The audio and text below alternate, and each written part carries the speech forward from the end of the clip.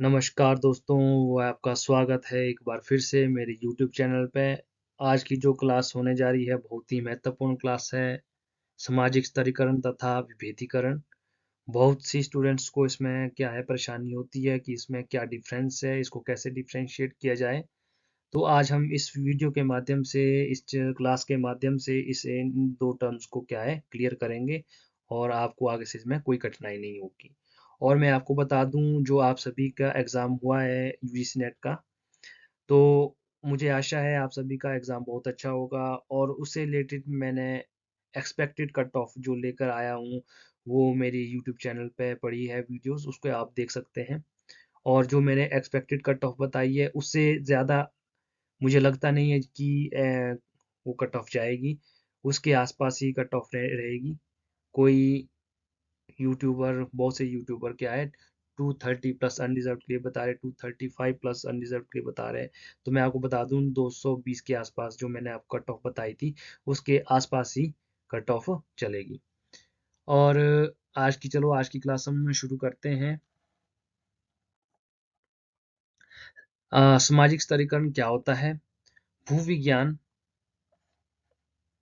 भूविज्ञान से सादृश्य के आधार पर लिया गया पद सामाजिक स्तरीकरण सामान्यतः वर्ष 1940 डेट याद रखना आप लोगों ने के आसपास समाजशास्त्रीय प्रयोग में आया। ठीक। सामाजिक स्तरीकरण वह प्रक्रिया है, डेफिनेशन, वह प्रक्रिया है जिसके अंतर्गत कुछ मान्यता प्राप्त सामाजिक मूल्यों के अनुसार समाज अनेक उच्च और निम्न समूहों में विभक्त हो जाता है। ठीक है। यह समूह एक दूसरे से पूर्णतया पृथक न रहकर कार्यात्मक रूप से एक दूसरे के सहयोगी होते हैं तथा अपने अपने कार्यों द्वारा सामाजिक व्यवस्था को बनाने में योगदान देते हैं। ठीक है। क्या होता है इसमें? उच्च और निम्न समूहों में क्या होते हैं विभक्त होते हैं और पूर्णतः पृथक ना रहकर कार्यात्मक रूप से क्या है एक दूसरे का क्या है ये सहयोग करते रहते हैं और क्या करते हैं सामाजिक व्यवस्था को बनाने में योगदान देते हैं। उसे क्या कहा जाता है? सामाजिक स्तरीकरण। ठीक है। नेक्स्ट चलते हैं। जो थिंकर्स हैं उनने किस तरह से इसकी डेफिनेशन दी है। रेमंड मूरे का विचार है कि स्तरीकरण उच्चतर एवं निम्नतर सामाजिक इकाइयों में समाज का क्षैतिज विभाजन है। ठीक है। ऑगबर्न एवं निमकॉफ का मानना है कि वह प्रक्रिया जिसके द्वारा व्यक्तियों एवं समूहों को थोड़े बहुत स्थायी अभिक्रिया के उच्चता और निम्नता के क्रम में श्रेणीबद्ध किया जाता है, स्तरीकरण के नाम से जानी जाती है। ठीक है। आप जो भी थिंकर्स होते हैं इनके क्या है आप की पॉइंट्स याद रख सकते हैं, उसे आपको एकदम एग्जाम में इसको याद आएगा कि किस थिंकर ने किस तरह की डेफिनेशन बताई थी। और टोलकट पार्सन ने क्या कहा है? टोलकट पार्सन्स के शब्दों में किसी समाज व्यवस्था व्यक्तियों का ऊंचे नीचे क्रम विन्यास में विभाजन ही स्तरीकरण है। नेक्स्ट, सैरोकिन तथा वेबर ने सोरोकिन तथा वेबर ने स्तरीकरण के प्रमुख 3 आधारों का उल्लेख किया है। वो आधार क्या थे? आर्थिक था, राजनीतिक था तथा व्यावसायिक। ये क्या आपको याद रखना है? आर्थिक, राजनीतिक तथा व्यावसायिक।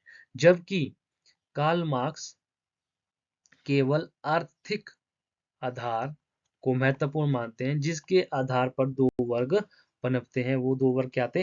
पूंजीपति वर्ग और श्रमिक वर्ग। ठीक है, याद रखना। फॉर्म ऑफ सोशल स्ट्रेटिफिकेशन सामाजिक स्तरीकरण के स्वरूप, ये किसने दिए थे? वोटमोर द्वारा मानव इतिहास में प्रचलित सामाजिक स्तरीकरण की निम्नलिखित 4 प्रमुख स्वरूप बताए हैं। पहला क्या था? दास प्रथा, जागीरे, जाति, सामाजिक वर्ग। दास प्रथा यानी स्लेवरी और जागीरे मीन्स स्टेट्स। ठीक है। और कास्ट एंड सोशल क्लास। ठीक है। स्लेवरी क्या होती है? जिसमें क्या होता है कि मानव रूपी अधिकार मनुष्य के पास नहीं रहते हैं और उसे क्या है उसे दास बनाया जाता है और उसे किसी भी तरह का काम करवाया जाता था। ये क्या था? एक चरम स्थिति थी एक तरह की, ये सबसे पहले ये स्थिति बनी हुई थी। और जहांगीर क्या होता है कि इसमें क्या होता है, ये कब आया था? मध्य युगीन यूरोप से प्रचलित रही है ये। और इसमें यह एक राजनीतिक समूह का हिस्सा माना जाता है इसे, और इनके पास क्या होती थी, राजनीतिक शक्तियां थी इनके पास। इसमें स्पष्ट स्पष्ट ये इसमें क्या था, स्पष्ट विभाजन था। किसका विभाजन था, श्रम विभाजन था इसमें स्पष्ट। ठीक है, इसमें अगर आपको डिफाइन करने के लिए इस तरह से दिया जाता है, डेफिनेशन दी जाती है, आपको पता होना चाहिए कि दासप्रथा क्या है और जागीरें क्या है, जाति क्या है, सामाजिक वर्ग क्या है। ठीक है, नेक्स्ट चलते हैं।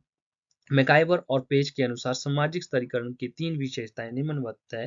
नंबर 1 याद रखना है आप लोगों ने, परिस्थिति समूह का संस्तरण। नंबर 2 श्रेष्ठहीन स्तरीकरण की पहचान तथा कुछ हद तक संरचना या ढांचे का स्थायित्व। ठीक है, ये 3 आपको क्या याद रखनी है, क्रोनोलॉजिकल ऑर्डर में कई बार पूछी जाती है।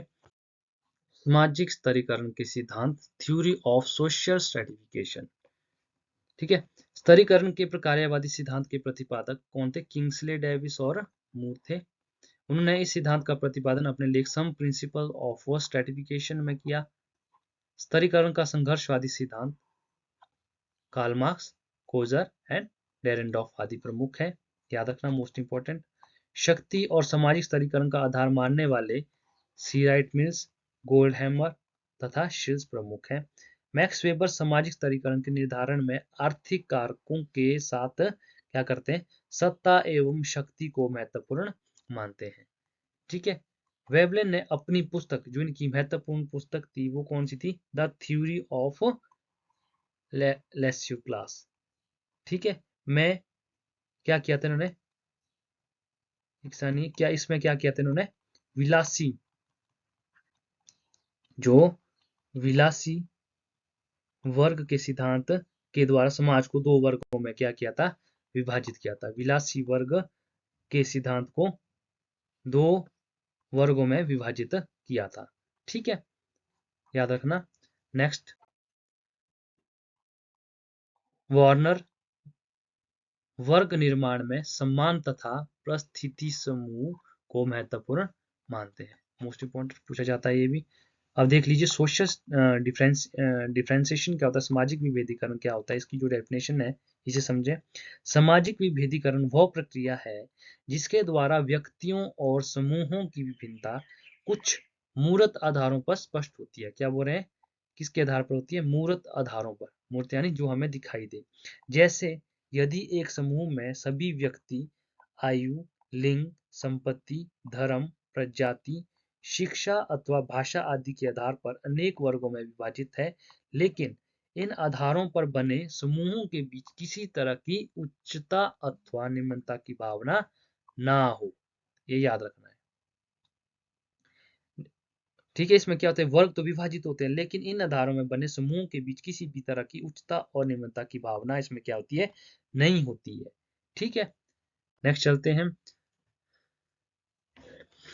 लमले का कथन है कि सामाजिक विभेदीकरण से हमारा तात्पर्य उस प्रक्रिया से है जिसके द्वारा व्यक्तियों में भेदभाव की भावना विकसित होती है। ठीक है, अब देख लीजिए इसके कुछ कैरेक्टरिस्टिक, जो प्रमुख विशेषता है इसकी। सामाजिक विभेदीकरण एक क्या है, तटस्थ प्रणाली है। सामाजिक विभेदीकरण एक क्या है, चेतन प्रक्रिया है। सामाजिक विभेदीकरण एक अव्यक्तिक प्रक्रिया है। सामाजिक विभेदीकरण एक सर्वव्यापी प्रक्रिया है। सामाजिक विभेदीकरण का निर्धारण बाह्य एवं स्पष्ट द्वारा होता है।